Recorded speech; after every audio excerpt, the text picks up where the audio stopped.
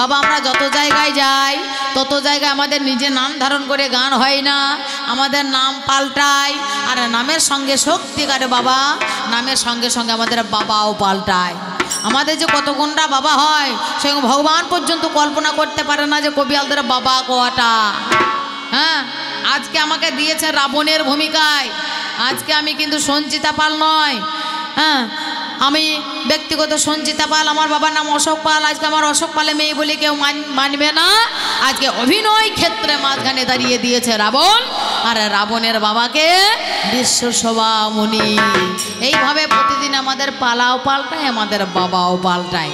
এ গান বাবার নাম ভোলানো গান, এ গান হলো কবি গান। তাহলে তাকে দিয়েছেন রামের ভূমিকায়, আমাকে দিয়েছেন রাবণের ভূমিকায়। আমাকে দেখতে রাবণের মতো লাগছে? হ্যাঁ, লাগছে রাবণের মতো, কিন্তু এটাই বাবা আমাদের অভিনয়। যাহা আমি নয় তাহা করার নাম হলো অভিনয়।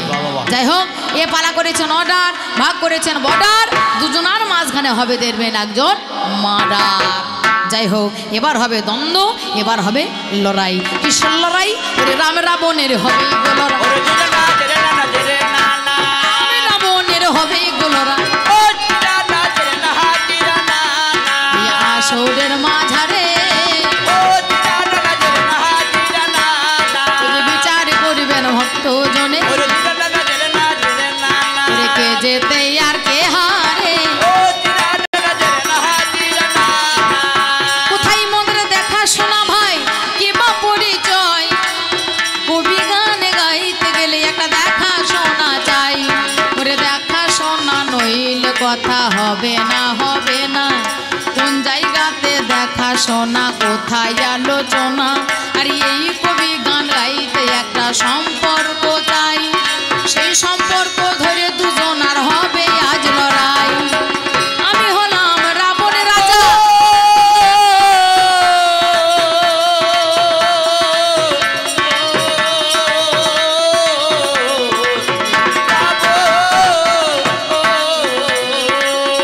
বিশ্ব সবারই নন্দন, মায়া মানিক সারানি বলে যায় এখন। আমার বাবা হলো বিশ্বসভা মুনি, আর মা হলো নিকষা রাক্ষসী। হ্যাঁ, আমি কে? আমি হলাম রাজা। কোন জায়গার রাজা?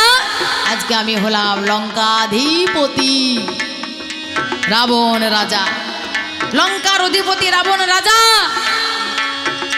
যার ৩৩ কোটি দেবতাগণ যার ঘরে থাকে বাধা, যে স্বর্গ মর্ত্য পাতাল ত্রিভুবনকে জয়ী করেছে, ত্রিভুবনকে জয়ী করেছে। দেব দেবতারা ৩৩ কোটি দেবতাগণে করেছেন সে জয়। সবাইকে জয় করেছে, কিন্তু জয় করতে পারেনি একমাত্র অনন্ত কোটি বিশ্ব ব্রহ্মাণ্ডের যেজন অধিকারী, তিনি হচ্ছে অনন্ত কোটি বিশ্ব ব্রহ্মাণ্ডের রাজা, তিনি হচ্ছে ভগবান। তিনি কে? তিনি হলো রাম, দশরথ পুত্র রাম। রাম এসেছে দশরথের ঘরে, রাম এসেছে রাজার ঘরে, অযোধ্যা নগরে। তিনি হলো ভগবান এই জগৎ সংসারে। সেই রামকে আমি আজও পেতে চাই, কেমন করে ঘরে আনবো চিন্তা যে করয়। ৩৩ কোটি দেবতা আছে আমার ঘরে, আমি যা বলি সেই কর্ম করে আমার চাকর, কিন্তু স্বয়ং রাম তিনি হচ্ছে ভগবান, তিনি হচ্ছে পূর্ণ ব্রহ্ম সনাতন। সেই রামকে আমি জয় করতে পারিনি। সেই রামকে জয় করতে গেলে কি করতে হবে? সেই রামকে আনতে গেলে আগে সীতাকে আনতে হবে। জানতে পারলো যে রাম এসেছে দশরথের ঘরে, পিতৃসত্য পালন করবার জন্য রাম গেছে বনবাসে। রাম গেছে বনবাসে। আগামীকাল রামচন্দ্র রাজ সিংহাসনে বসবে, আগামীকাল রাজ সিংহাসনে রামচন্দ্র বসবে। এহেন সময়ে শোনা গেল তার বই মাতা মানে তার সৎ মা, তার বাবা দশরথ রাজা, এই দশরথ রাজা 3টে বিয়ে করেছিল। 3টে বিয়ে করার পরেও কোনো সন্তানাদি হয় নাই, বাচ্চা কাচ্চা হয় না। হ্যাঁ, একটা বিয়ে করলে যদি বাচ্চা না হয় তাহলে এবারে সংসারকে রাখবার জন্য আর একটা বিয়ে করতে হবে। এই করে কিন্তু 3টে বিয়ে করার পরেও হয়নি যখন, এর পরেও আরও এর বাইরেও কিন্তু আরও বিয়ে করেছিল 749টা। হ্যাঁ, 749টা যদি কারো বউ হয় তাহলে তার হার মাস চিবিয়ে খাবে বাবা। একটা ছেলে যদি কারো 2টো বউ হয় সংসারে তার শান্তি নাই। 1 খোঁচা দেবে, ও 1 খোঁচা দেবে, কিন্তু তার একটা নয় 2টো নয় 749টা স্ত্রী।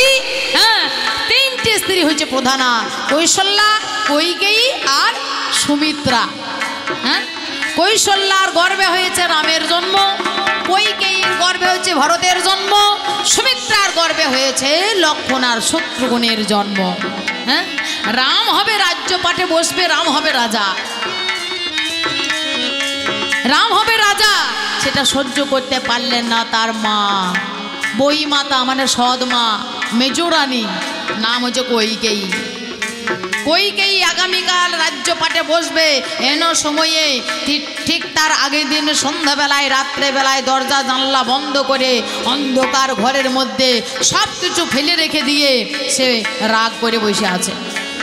হ্যাঁ, এহেন সময়ে গিয়ে হাজির হলো দশরথ রাজা, ঘরে গিয়ে দেখছে আমার মেজরানী সে রাগ করে বসে আছে। এ কি কইকেয়ী, তোমার এইরূপ অবস্থা কেন? একটা ছেঁড়া কাপড় পরে বসে আছো, গায়ে কোনো অলংকার নেই, কারণটা কি? বলে শোনো স্বামী, আমি 2টো বর চাই, সেই 2টো বর আপনার কাছে আমি আগে থেকে প্রাপ্ত হয়েছি, সেই 2টো বর আমি চেয়ে চাই। কি না, যখন তোমার হাতে একটা দগদগে ঘা হয়েছিল, কোনো বৈদ্য ওঝা এসে ভালো করতে পারিনি, ডাক্তার এসে ভালো করতে পারিনি। হ্যাঁ, একটা বৈদ্য বলেছিল যে এই হাতের ঘাকে 3 বেলা করে, দিনে 3 বেলা করে যে মুখ দিয়ে চুষে ভালো করতে পারবে তবেই ভালো হবে, তার আগে নয়। কোনো রানে পারেনি, আমি পেরেছিলাম, তখন তুমি একটা বর দিতে এসেছিলে, আমি বলেছিলাম পরে চেয়ে নেব। তারপরে একদিন যুদ্ধ করতে গিয়ে তোমার একটা অঙ্গ ক্ষত হয়ে গিয়েছিল, আমি সেবা করে তোমাকে ভালো করে তুলেছিলাম, তার জন্য রাজা দশরথ বলেছিল কি বর চাও বলো। আমি বলেছিলাম যে সময় মতো চেয়ে নেব, 2টো বর আমি আজকে চাই। কি কি কোন 2টো বর চাই? ভাবের কথা একটুখানি বলো নাই আমায়, কোন 2টো বর তুমি চাও না তথায়। এহেন সময়ে তিনি বলিতে লাগিল, এই বরে তোমার কাছে চাই আমি ভালো। প্রথম বরেতে রামে বনবাসে যাবে, দ্বিতীয় বরেতে ভরত রাজ্যে রাজা হবে। এই 2টো বর যখন কানে শুনতে পাই, পিতা দশরথ তিনি হরষিত হয়। এমন বর আমি তো দিতে তো পারবো না, এই কথায় আজ আমায় বলো না, বলো না। কেমন করে রামকে ছেড়ে আমি থাকি হায়, বনবাসে কেমন করে ছেলেকে পাঠায়। এই হেন কথা যখন রানী শুনতে পেল, বলে রঘুকুলপতি তোমার কথা দাম নাই ভালো। তুই যে কথা দিয়েছো যে আমি ওই কথা রাখবো, আজকে ওই বর চাইছি, ওই বর যদি না দাও তাহলে রঘুকুলের অমঙ্গল হবে। হ্যাঁ, রঘুকুল রীতি সদা চলিয়া প্রাণে যায় পর বচনে না যায়। রাম সিয়া রাম, সিয়া রাম, জয় জয় রাম, সিয়া রাম, জয় জয় রাম, সিয়া রাম, জয় জয় রাম, সিয়া রাম। আর মঙ্গল ভবন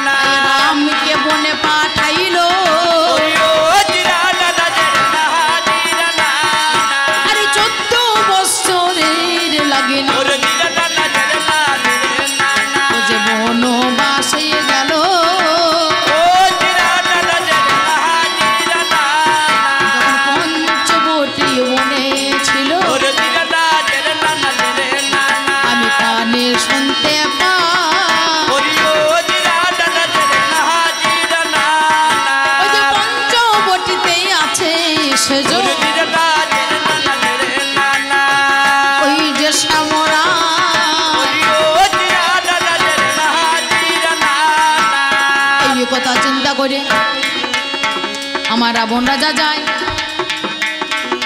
মনে মনে রাবণ রাজা চিন্তা করে, ধর্ম আছে, অর্থই আছে, কামনা বাসনা যে রয় নাই কেবল মোক্ষ। দেখো এ ভব ধরায় আমাদের ধর্ম আছে, আমাদের অর্থ আছে, আমাদের কামনা বাসনা আছে, আমাদের কাম আছে, নাই কেবল মোক্ষ।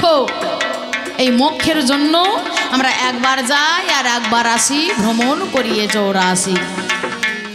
আমাদের আসা যাওয়া ছাড় হয় একমাত্র মোক্ষ ফলের আশায়। বসেই আছি তাহার আশা, মোক্ষ ফলেরই আশা। সেই আমার প্রভু জনার্দন সেজন হয়, কিন্তু তাকে আমি পাবো বন্ধু জ্ঞানে নয়, তাকে আমি পাবো ভক্ত জ্ঞানে নয়, তাকে আমি পাবো শত্রু জ্ঞানে। বাবা বাবা, রামের সঙ্গে রাবণের সম্পর্ক হচ্ছে শত্রুতার সম্পর্ক। তথাপিও রাবণ রাজা এমন ভক্ত হয়, সদা সর্বদাই রামে নামে চিন্তা করে যায়। সত্যি সত্যি একদিন তিনি জানিতে পারিল, পঞ্চবটী বনে দেখো সীতা দেবী রইল। কে বা আমাকে এই কথা কয়, আমার ভগিনী শূর্পণখা রয়। পঞ্চবটী বনে নয় শূর্পণখা ছিল, ভাই খর দূষণ কে জানে না বলো। খরা দূষণ ভাইকে পাঠিয়ে দিয়েছিলাম শূর্পণখাকে ওই বনে থাকবে দেখাশোনা করবার জন্য। অবশেষে শূর্পণখা একদিন গিয়ে দাঁড়ালো রামচন্দ্রের কাছে, প্রভু আমি তোমাকে স্বামী হিসাবে পেতে চাই। বলে আমি তো বিয়ে করেছি, হ্যাঁ আমার কাছে আছে স্ত্রী, আমার কাছে একটা আছে স্ত্রী সীতা, আমি তাকে ছেড়ে তো আমি তোমায় বিয়ে করতে পারি না। লক্ষণকে বলো। লক্ষণের কাছে যাই, লক্ষণ বলে না আমি তোমায় বিবাহ করব না। তথাপিও লক্ষণ সেই জায়গায় করলো কি, তার নাক আর কান কেটে দিল। কি বাহাদুরি হলো বলো তো। হ্যাঁ, একটা নারী নাছরবান্দা তোমাকে বিবাহ করবে বলে আর তোমরা সেইখানে নাক আর কান কেটে দিলে। একটা পুরুষ হয়ে নারীকে এইভাবে অপমান করতে তোমরা কি ভেবেছো? এই জগতের মাঝখানে তোমরা তোমাদের নাম করবে জগৎবাসীগণ, ইতিহাসের পাতায় তোমাদের নাম থাকবে না। ইতিহাসের পাতায় এই নাম থাকবে জগতের মাঝখানে, তোমরা পুরুষ হয়ে নারীকে অপমান করেছো। বাবা এই যে ভগ্নী চলে গেল, ভগিনীর কথাতে আমার শোনা হলো। অবশেষে রাবণ রাজা অমনি চলে যায়। মা দিদকে সঙ্গ নিল জানি হয়, মা দিদকে সঙ্গে নিয়ে পঞ্চবটী গেল। মা দিদকে হেন সময়ে বলিল, মারিচ তুমি একটা হরিণ হও। সোনার হরিণ হয়ে সীতা সম্মুখে দিয়ে চলে গেল। সীতা বলে, স্বামী গো ওই সোনার হরিণ আমার চাই, ওই সোনার হরিণ এনে দেবে। সোনার হরিণ এনে দেবে, সোনার হরিণ আমায় এনে দেবে, সোনার হরিণ আমায় এনে দেবে, মনোর বাসনা পুরাইবে, সোনার হরিণ আমায় এনে দেবে। ও তাই সোনার হরিণ ধরার লাগি রামচন্দ্র যাই। হইয়া মরি মরি রে, সোনার হরিণ ধরার লাগি রামচন্দ্র যাই গো। অবশেষে পিছনে পিছনে ধেয়ে চলে যাই। যাই গো, ধেয়ে চলে যাই গো। ওটা হলো মায়া হরিণ, ভগবান বোঝে না বোঝে না। হইয়া মরি মরি রে, ওটা হলো মায়া হরিণ, ভগবান বোঝে না বোঝে না। মায়ার পিছনে ষোলে ষোলো আনা। না গো চলে ষোলো আনা। আমরা মায়াময় জীব, আমরা মায়ার পিছনে ছুটি, কিন্তু ভগবান তো মায়া মুক্ত। মায়ার পিছনে ছুটলো কোন মায়া? মায়া হরিণের পিছনে। মায়া হরিণের পিছনে যদি না ছুটতো তাহলে ওরে সীতা হরণ হতো না গো, সীতা হরণ হতো না গো, সীতা হরণ হইতো না গো। সীতা হরণ হতো না গো, মায়াই ভুলে সীতা হারালো, সীতা হরণ হতো না গো, মায়াই ভুলে সীতা হারালো, সীতা হরণ। মায়ায় মোহিত হয়ে তুমি সীতাকে হারাইলে। সেই সীতা নিয়ে গেল কে? ওরে নামটি যাহার রাবণ রাজা। ও জিরা জানা জেরে না জিরা না না নামটি যাহার রাবণ ওরে রাজা। জিরা না জেরে না না জেরে না না সীতা হরিল ওরে ও জিরা না জেরে না জিরা না লঙ্কার মাঝারে গিয়ে ওরে জিরা না জেরে না জেরে না না অমনি হাজির হয় ও জিরা না জেরে না জিরা না না অশোক কাননের মাঝে। ওরে জিরা না জেরে না জেরে না না সীতাকে রেখে দিল। ও জিরা না জেরে না জিরা না না নিয়ে গিয়ে রাখলো কোথায়? লঙ্কার মাঝখানে, যেখানে কোনো শোক নেই, তাপ নেই, জ্বালা নেই, যন্ত্রণা নেই, বিরহ নেই। সেই অশোক কাননের মধ্যে গিয়ে রেখে দিল মাতা সীতাকে। এনেছিল কিভাবে? তার কোনো অঙ্গে স্পর্শ করনি, তার মস্তকে স্পর্শ করেছিল। কোনো অঙ্গে স্পর্শ করলে নারীর মান নষ্ট হবে, মানহানি হবে, কিন্তু মস্তকে স্পর্শ করলে মানহানি হবে না। যার জন্য মস্তকে স্পর্শ করে নিয়ে এসেছিল লঙ্কায়। কেন? মোক্ষ ফলের আশায়। সীতার টানে আসবে রাম, তাকে আসতেই হবে। হ্যাঁ, কিছুদিন পরে দেখো অমনি দেখা গেল অযোধ্যা ও পারে থেকে জানে না বলো। আর এ পারেতে লঙ্কা ধামে বিরাজ করয়। এই সমুদ্র দেখো তারাই অমনি পাড়ি দেয়। সমুদ্র দেখো দাবা পাড়ি দিয়ে এলো। সমুদ্রে একটা সেতু বন্ধন করিল। সেতু বন্ধন করে দেখো এপারে আসিল। রামে আর রাবণেতে যুদ্ধ বেঁধে গেল। সীতা সীতা সীতা করে যুদ্ধ জানি হয়। রামে আর রাবণেতে কারবা জানা রায়। রাবণের 1 লক্ষ পুত্র 100 লক্ষ নাতি হলো। একে একে রামচন্দ্রের সঙ্গে যুদ্ধ গেল। একে একে যারা ছিল সবাই মারা যায়। তারপরে রাবণ রাজা শেষ পর্যন্ত হয়। এই এবারে রণসাজে সজ্জিত হলো। রণক্ষেত্রে মাঝখানে গিয়ে দেখা দিল। রথ নিয়ে রণের মাঝে গিয়ে দেখা দেয়। কোথায় রাম সারা দাও না হেথাই। এহেন সময়ে রামে ছুটে চলে এলো। রাম আর সম্মুখে অগ্নি দাঁড়াই এলো। রাম আর রাবণেতে যুদ্ধ বেঁধে যায়। তারই আগে বাঘ যুদ্ধ হয়েছে তাহা জানেন মহাশয়। এই জায়গায় দুজনারই দেখাশোনা হলো। আর এই জায়গায় দাঁড়িয়ে আমাদের আলোচনা হলো। এই জায়গাতেই আলোচনা, এ জায়গাতে আলোচনা এই জায়গায় দেখাশোনা আমাদের এ জায়গাতে দেখাশোনা হবে দুজনার আলোচনা। এ জায়গাতে দেখাশোনা গো এই জায়গায় দাঁড়িয়ে আলোচনা। রাবণের 1 লক্ষ পুত্র 100 লক্ষ নাতি।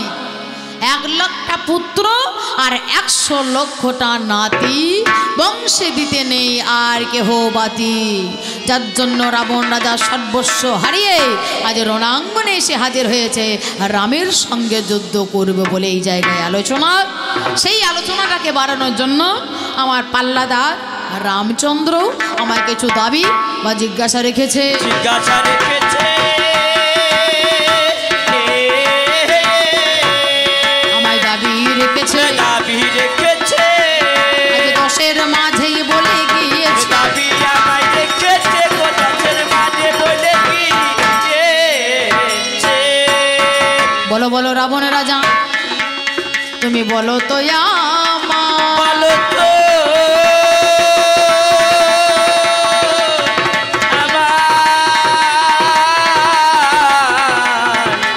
বলো তো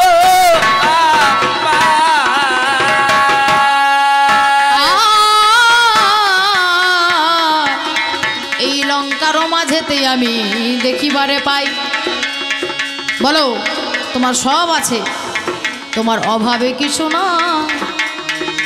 কোন অভাবে আনলে সীতা বলো নাই আমায়?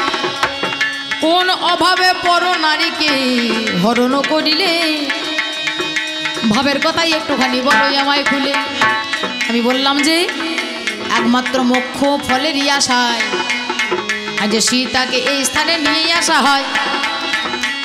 আর এক কথাই আমি করি নিবেদন, আজ সীতা হলোই আমার জীবনের জীবন।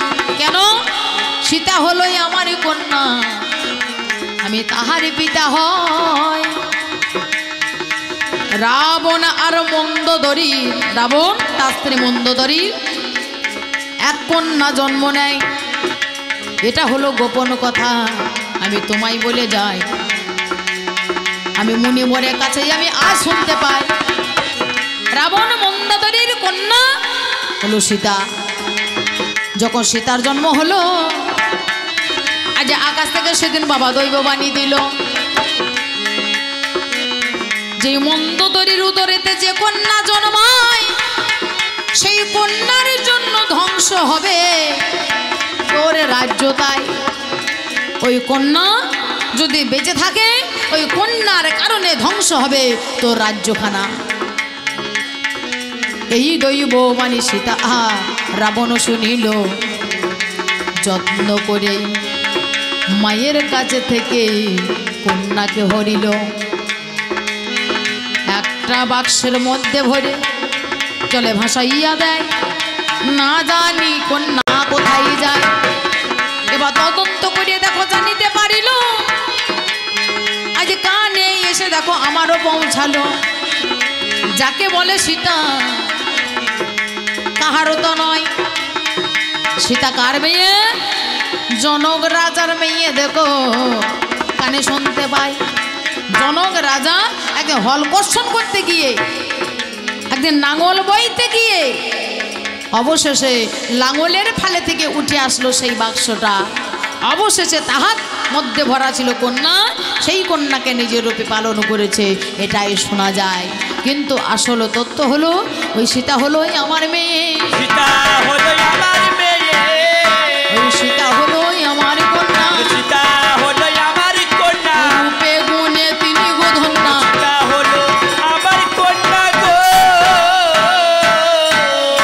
তাই জানতে পেরে পিতৃত্বের হৃদয় কেঁদে উঠেছিল বলে আমি এনেছি সীতাকে আমার আলয়ে। এ কথা সীতা বিশ্বাস করবে না, একমাত্র জানি আমি এবং আমার স্ত্রী মন্দোদরী। এর আসল তথ্য, আসল তত্ত্ব, আসল পরিচয় কি? আমার দ্বিতীয় নম্বরের দাবি, আমায় জিজ্ঞাসা করে এলো করিল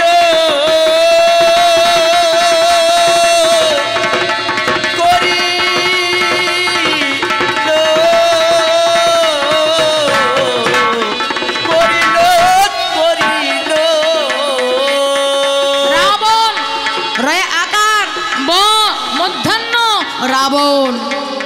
তোমার বাবা হচ্ছে একজন ব্রাহ্মণ আর মা হলো রাক্ষসী। হ্যাঁ, আমার বাবা ব্রাহ্মণ, আমি ব্রাহ্মণে কর্ম করি। কি ব্রাহ্মণে যে কাজ সেই কর্ম আমি করি। আমি ত্রিসন্ধ্যা গায়ত্রী জপ করি, আমি ব্রাহ্মণত্ব বজায় রেখেছি। মা রাক্ষসী, আমি রাক্ষস বংশ, তাও আমি বজায় রেখেছি। রাবণ মাঝে যে আছে, তুমি কোন বইয়ে রাবণ? আমায় বলে যাই, বর্ণ পরিচয়ের মাঝে দুটো বড়ই, একটা পফব, একটা অন্তর্য ল ব জানি হলো। আমি পফব, যেটা বর্গীয় ব রয়েছে গো ভালো, পফব যেটা বর্গীয় ব, যেটা বলছে বর্গীয় ব, এটা কোন জায়গায় ব্যবহার হয়? এটা রাবণের জায়গায় ব্যবহার হয়, বনের জায়গায় ব্যবহার হয়, বৃন্দাবনের জায়গায় ব্যবহার হয়। হ্যাঁ, আর অন্তর্য রলব যেটা অন্তস্তব মানে অন্তে ব্যবহার হয়। হ্যাঁ, একটা শব্দ তার পিছনে যোগদান করা হয়, যেমন বিশ্বনাথ বয়ে হর্ষই তালবি শয়ে বয়ে, তালবি শয়ে বয়ে, বয়ে হর্ষই যেটা ওটা হচ্ছে পফব মানে বর্গীয় ব, তালবি শয়ে বয়ে মানে তালবি শয়ের নিচে ব, যেটা হচ্ছে অন্তস্থ ব, অন্তর্য রলব। অন্তস্থ ব নয়, এটা আর বর্গীয় ব হলো। বর্গীয় বই জানি রাবণ হয়ে গেল। শোনোই আমার পাল্লাদারে তোমারে জানাই, তোমার মুখে আরো কথাই আমি শুনতে পাই। বলিতে বলিতে কথা আমায় বলে গেল, তোমার এই লঙ্কা কে জানে না বলো, এই লঙ্কা তোমারই কিবা নাহি হলো, না অন্য কারো লঙ্কা বটে ছিনিয়ে নিলে বলো এই লঙ্কাটা কার ছিল এই লঙ্কা ধামটা কার হলো বিচার করে বলো লঙ্কাটা আমার বাবার এই যে লঙ্কা এই লঙ্কাটা আমার বাবার ধন ছেলে পেয়েছে বাবাকে বিশ্বশোভামণি একদিন শিব আর দুর্গা কৈলাসে রয়েছে শিব আর দুর্গা রয়েছে কৈলাসে তা এই যে প্রচণ্ড শীত এই প্রচণ্ড শীতে সবার একটা আলয় আছে দেবরাজ ইন্দ্র থাকে ইন্দ্রালয় হ্যাঁ নারায়ণ থাকে বৈকুণ্ঠে সবারই একটা আলয় আছে স্থান আছে কিন্তু শিব বাস করে কোথায় হিমালয় পর্বতের উপরে পর্বতে অত্যন্ত ঠান্ডা যেখানে শিবকে ঠান্ডা লাগে না কিন্তু দুর্গাকে তো লাগে হ্যাঁ শিবকে নাই শ্মশানে মশানে থাকে ছাই বর্ষ গায়ে মাকে হ্যাঁ ওনাই খেপা ভোলা হ্যাঁ তার না হয় ঠান্ডা না লাগতে পারে দুর্গাকে তো লাগে তা একদিন লক্ষ্মী তারপরে সীতা সাবিত্রী এরা গিয়ে মা দুর্গাকে বলছে আর শিবকে বলছে দেখো সবাদের একটা করে ঘর আছে আলয় আছে প্রত্যেকটা জীব বলো মানব দানব দেবতা যেখানে যে আছে সবারই একটা ঘর আছে কিন্তু তোমাদের তো কোনো ঘর নেই একটা ঘর হইলে ভালো হয় না তা দুর্গা বলছে হ্যাঁ লক্ষ্মী দেবী তুমি ঠিকই বলেছো তা মহাদেব এসে বলছে না না আমাদের কোনো ঘরের দরকার নেই আমরা যেখানে আছে ওইখানে থাকলেই যথেষ্ট বাবা দুর্গা বলছে এই তুমি চুপ করো তুমি থাকো তো থাকো আমি চললাম বলে বেশ যেখানে দুর্গা না থাকে সেখানে শিখ আমি একা একা কী করে থাকবো বেশ কোথায় থাকবে বলো হ্যাঁ আমি যদি ওই দুর্গার কাছেই থাকি তাহলে আর কিছু না হলে রান্না ভাত কোটার তো পাবো তা কাজ করো তাহলে থাকবে কোথায় দেবতাগণ চিন্তা করলো একটা রাজ্য নির্মাণ করা হবে একটা ঘর নির্মাণ করা হবে সোনা দিয়ে তৈরি করা হবে যাকে বলে সোনার লঙ্কা যাকে বলে সোনার লঙ্কা সোনা দিয়েই তৈরি হলো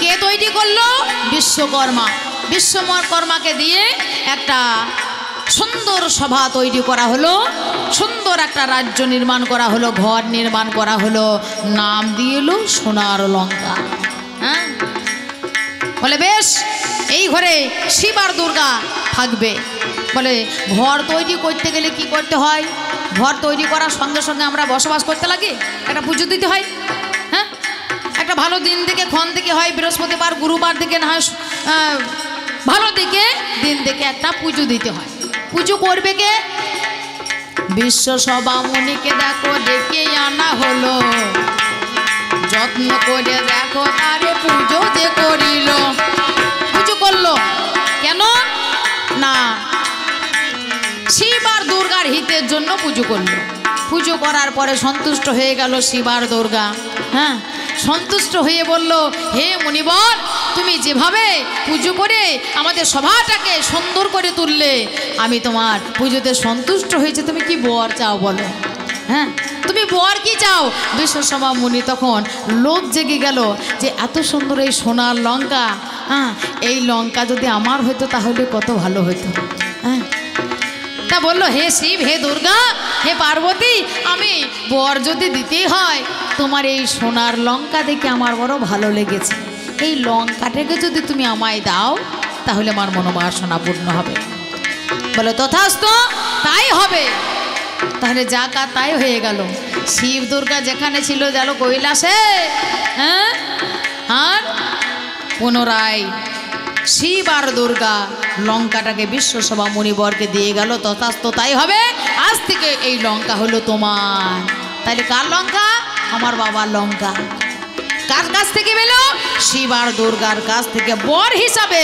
এই লঙ্কাটা পেল এই বাবার ধন একদিন আমায় দিল বাবার ধন একদিন আমায় দিল বাবার ধন একদিন আমায় দিল বাবার ধন একদিন আমায় দিল আজ প্রেমানন্দে হরি হরি বল হরি বল হরি বল আমায় দিল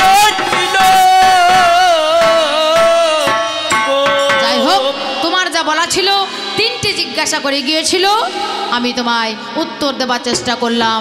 যদি পছন্দ হয় গ্রহণ করো, আর যদি না পছন্দ হয় তুমি ফেলে দিও। আমি পুনরায় উত্থাপন করে তোমার মনোবাসনা পূর্ণ করব। আমি এবার তোমাকে দুটো কথা, কিছু দাবি বা জিজ্ঞাসা রেখে যাই। জিজ্ঞাসা রেখে যাই, কিছু দাবি রেখে যাই। দাবি রেখে যাই, আমার পাল্লাদারের কাছেতে আমি দাবি আমি রেখে যাই গো পাল্লাদারের কাছে আমি। শোনো শোনো রামচন্দ্র, আমি তোমারে জানা, তোমারে